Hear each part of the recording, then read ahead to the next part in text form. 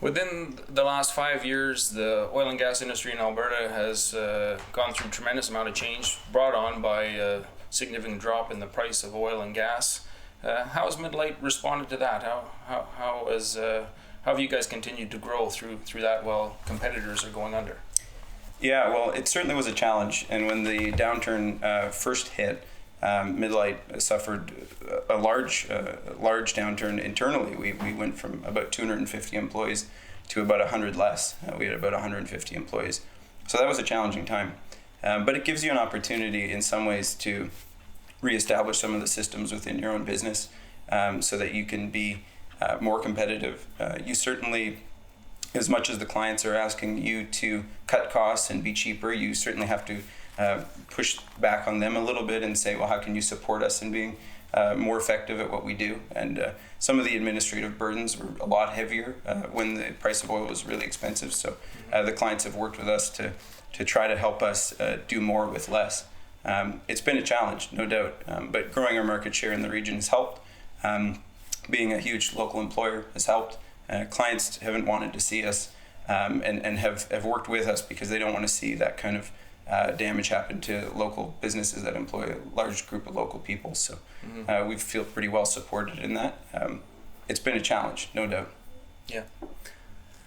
What's your outlook on the current oil and gas industry within Alberta, and how do you see it moving forward over the next few years? Yeah, well, that's a big question. And probably if I really knew the answer to that, I would be a wealthy man. But I think it's certainly hard to say what is going to happen as far as new project development. We do know that some of our clients do intend to expand their operations and are actively working towards that. For us, we see that as a positive opportunity to work with them in doing that. But there is an underestimated side of Alberta's economy, I think, as far as oil and gas is concerned. And we have a huge amount of infrastructure, existing infrastructure that is currently operating and needs maintenance, support services. And these facilities aren't stagnant. They're constantly moving, constantly changing slightly. And that requires moving a lot of power lines, moving a lot of infrastructure like roads, and clearing land and making adjustments. So I don't know if I would say that my outlook is that Alberta is suddenly going to start building a ton of oil and gas facilities overnight. But I think the outlook, we do have a baseline economy here that's really healthy, and the global demand for oil is definitely there. So I'm optimistic on that front. I'm also optimistic in the fact that Alberta is expanding into other areas. They have the renewable energy program. Has been probably the most successful renewable energy program in the entire country. Alberta is currently producing the cheapest renewable energy in the country. So there's opportunity for diversification, but we have this baseline economy that's, I think, quite healthy. Mm-hmm. Yeah. What are the main challenges that you see facing small and medium-sized businesses in Alberta right now? Well, I think there's a lot of challenges. In a downturn, each business is presented with a lot of unique challenges. However, generally speaking, during boom times, the companies that did really well were the companies that were able to get people to the job site and execute a lot of work safely. And it bred a unique kind of entrepreneurship that was sort of unique to Alberta and to that boom. Now, the requirement is that you have low margins, that you're cost competitive, that you can put up with heavy administrative burdens while still putting together a solid finished product. So I would say some of the biggest, probably the single biggest challenge for Alberta businesses is adapting to a new way of doing business, and that usually looks like technology. Some of the folks that have been successful before aren't necessarily savvy with technology, so getting up to speed with the latest software and the latest tools to leverage the assets that you do have and can retain is an important part of being successful, no doubt. Now, some of our customers, and I think many of your customers, are large multinational corporations.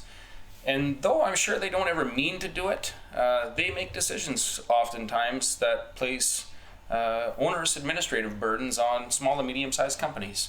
How have you seen any change in that over the last few years when these same companies have now been demanding reductions in costs and that type of thing? And how does Midlite reacted to ensure that you're still providing the same quality and safety and all that type of thing in this new environment? Yeah, well, actually, a lot of our clients, they have very strict administrative burdens, and that has often been our competitive advantage as a company that almost solely services those type of companies. Mm-hmm. And it's helped us maintain our position in the region, being able to execute that stuff well. It no doubt presents a big challenge when they're asking you to cut costs and you still have the exact same administrative burdens. We have seen an openness from some clients because they're thinking so cost forward right now that they're more receptive than ever to recommendations or suggestions based on, hey, this type of reporting format or this type of procedure is going to require a full extra body, a full salary, additional costs. I'm seeing an openness for them to create categories and classifications for you to work within them, work with them, and work within those structures to keep the administrative burdens lower. That being said, it's still an administratively intense environment to work in, and I think it will always remain that way. I think it's a part of the asset and a part of the selling feature of Alberta Resource Development is the fact that we do it really well and we take it very seriously. We don't let anyone come in and work on these sites. We don't let any company just set up shop tomorrow and start working. You have to have a proven track record and a proven ability to execute, record, improve, and show that you're bought into their processes. And that's probably a good thing.